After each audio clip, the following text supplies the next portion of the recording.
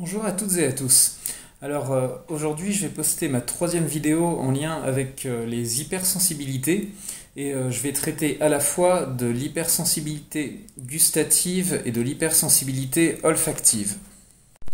Alors beaucoup de personnes autistes donc, sont concernées par l'hypersensibilité et par les différentes formes d'hypersensibilité. Donc comme je l'ai dit pour la vidéo sur l'hypersensibilité donc auditive et sur l'hypersensibilité visuelle, ça concerne pas toutes les personnes autistes et par exemple à titre personnel, je ne suis pas du tout concerné par l'hypersensibilité olfactive ou gustative, alors que je suis concerné par aussi bien l'hypersensibilité au toucher que visuelle ou auditive. Donc c'est vrai que je ne suis pas la meilleure personne pour en parler, mais je vais quand même essayer d'illustrer ce propos en prenant des exemples de personnes qui sont très concernées par cela, que j'ai rencontrées dans le cadre de mes activités associatives en lien avec l'autisme. Donc l'hypersensibilité gustative concerne le fait d'avoir un goût vraiment très développé. Donc on va ressentir beaucoup plus en fait le goût, les différentes sensations quand on mange des aliments spécifiques. Et le problème qu'il peut y avoir aussi, c'est qu'on va avoir beaucoup plus de difficultés avec certains aliments plus qu'avec d'autres. Alors l'hypersensibilité olfactive, elle, concerne l'odorat. Donc quelqu'un qui est hypersensible au niveau olfactif va ressentir beaucoup plus fortement les odeurs. Alors il va par exemple avoir beaucoup plus de mal avec quelqu'un qui peut avoir un très fort parfum ou une mauvaise odeur, donc le remarquer beaucoup plus facilement qu'une personne lambda et être très fortement gêné par cela. Donc l'hypersensibilité gustative ne présente de problème en fait que dans une activité de la vie de tous les jours, donc qui est certes une activité importante qui concerne les repas, donc le fait de manger. Alors parfois ça peut quand même être assez difficile. Donc j'ai l'exemple d'une personne qui était dans le groupe de jeunes, de sortie entre jeunes au sein d'Asperanza que j'animais quand j'habitais encore à Brest, qui avait des problèmes avec vraiment beaucoup d'aliments. Et c'est le seul souci qui pouvait y avoir, du coup, ça pouvait être quand on faisait une sortie qui comprenait du coup le fait de manger, je sais pas, dans un fast-food ou autre. C'était assez contraignant pour cette personne parce que du coup on était obligé on pouvait choisir, comme on pouvait pas choisir de manger dans tous les types de restaurants. Euh, Par contre, il y a deux choses assez simples pour contrecarrer cela, entre guillemets. Donc, la première chose, c'est de faire en sorte que chacun puisse amener sa nourriture. Donc, ça peut être de privilégier au lieu des restaurants, par exemple, les choses du type pique-nique. Ou sinon, il y a d'autres types des types de restaurants dans lesquels on trouve un choix de nourriture très varié. Donc, je pense par exemple à tout ce qui est buffet chinois à volonté, dans lequel en général vous avez de tout. Donc, aussi bien ça va être des choses à l'occidental comme des frites, du poulet grillé ou autre, que des plats asiatiques typiques. En revanche, l'hypersensibilité olfactive peut présenter des problèmes dans différents types de situations. Par exemple, au travail, ça peut être l'odeur du bâtiment, l'odeur de collègues qui portent un parfum très élevé, enfin très prononcé. Ou tout simplement, ça peut être le fait d'avoir de côtoyer des personnes, par exemple, qui fument dans la vie de tous les jours, aussi même en dehors du travail, dans le cadre personnel, il peut y avoir ça peut gêner beaucoup de gens, par exemple, en ce qui concerne le voisinage. Par exemple, le fait d'avoir des voisins qui fument, quand on ouvre ses fenêtres, l'odeur peut entrer dans l'appartement. Donc ça peut être problématique.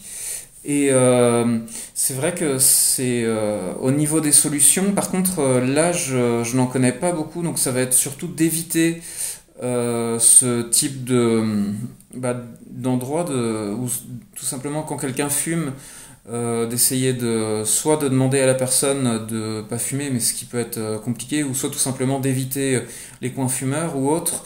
Par contre, là, ça va être très difficile, et concernant les personnes autistes en particulier, c'est au niveau des codes sociaux, parce que quand il y a quelqu'un qui, par exemple, a soit une odeur de tabac ou tout simplement un parfum très fort, ça peut être un peu difficile de lui dire, bon, allez, comment... en gros, tu sens vraiment trop fort, dégage, ou tu sens trop fort, je peux pas rester à côté de toi. Donc c'est vrai que là, ça va être quelque chose d'assez difficile. Par contre, j'ai pas rencontré de personnes autistes pour le moment pour qui c'était très très fortement handicapant. C'est-à-dire que je connais quelques personnes voilà, qui ont un problème avec ça, donc qui peuvent pas rester longtemps à côté de quelqu'un qui fume, soit dans une pièce fermée ou autre, mais globalement, que ce soit pour se balader ou autre, il y a pas vraiment de soucis, donc même pour aller au restaurant ou autre, où il peut y avoir parfois des odeurs assez fortes, j'ai pas rencontré vraiment de problèmes qui ont de personnes pardon qui ont des problèmes comme ça où c'est très fortement handicapant dans la vie de tous les jours, alors que pour les trois autres hypersensibilités et principalement pour l'hypersensibilité visuelle et aussi pour pareil pour l'hypersensibilité auditive, là il peut y avoir des problèmes beaucoup plus importants, le fait de ne pas pouvoir rester dans une pièce, le fait de ne pas pouvoir visiter tel ou tel endroit peut être beaucoup plus important. Alors c'est aussi pour ça, alors c'est de mon point de vue personnel, où je trouve que c'est à la fois parce que je trouve que c'est un peu moins important vis-à-vis de tout ce qui est autonomie, et également parce que donc ces deux hypersensibilités, donc olfactive et gustative, ne me concernent pas directement, que j'ai décidé de les regrouper dans cette petite vidéo. Mais comme je vous ai dit, je vais pas être forcément la meilleure personne au monde pour en parler. C'est juste que comme j'ai décidé de traiter toutes les hypersensibilités, il me paraissait logique de faire au moins une vidéo regroupant ces deux hypersensibilités-là. Et sinon, du coup, une dernière chose, en fait, comme pour toutes les autres hypersensibilités, ce qui est très important, c'est surtout d'expliquer ces problématiques à l'entourage pour les personnes qui en souffrent. Parce que, donc j'ai dit pour la personne, par exemple, les gens qui fument, les gens quand il y a un parfum trop fort ou autre, c'est compliqué, c'est vrai, de dire à la personne de dégager. Par contre, ou soi-même de s'éclipser, c'est vrai que si on le dit en amont qu'on a ces problèmes, ou si on explique la problématique, ça va quand même mieux passer. Donc c'est juste ça, c'est quand même expliquer ça. Expliquer aussi en amont à son entourage, ça veut dire que si on va à une soirée, expliquer peut-être en amont à la personne qui organise la soirée, ou la personne qui nous a invités, ou la personne avec qui on se rend à la soirée, ces problématiques, parce que justement pour éviter ces problèmes de codes sociaux, ça peut être bien parfois de passer par une personne tierce ou autre, ou alors pour l'hypersensibilité gustative par exemple, ça peut être bien de parler en amont avant que, on va dire, on choisisse le restaurant, parce que si une personne va dans un restaurant avec une cuisine spécifique dans laquelle il peut y avoir donc dans lequel les goûts voilà, sont très particuliers, dans lequel il y a telle ou telle épice en général. Par exemple, je pense à la cuisine indienne, où il y a souvent du curry ou d'autres épices, ou tout simplement même des odeurs qui émanent de la cuisine. Ça peut être bien du coup de choisir un autre type de restaurant, et pour ça de parler avant, ou même tout simplement si c'est trop compliqué, donc de parler à la personne avant d'expliquer ses problèmes, donc aux organisateurs, ou si c'est trop compliqué, de pas hésiter si on décline l'invitation, à expliquer pourquoi on est obligé de décliner cette invitation. Donc merci d'avoir regardé cette vidéo. Donc, comme d'habitude, à la fin de la vidéo, mon petit coup de publicité. Donc si vous voulez en savoir plus sur l'autisme, n'hésitez pas à lire le livre Les mondes de l'autisme, que j'ai du coup coécrit avec d'autres personnes. Donc il y a des textes de plusieurs personnes autistes et de professionnels.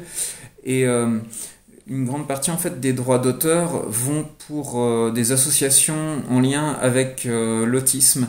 Donc vous aurez le lien vers le livre pour Amazon dans la description de cette vidéo.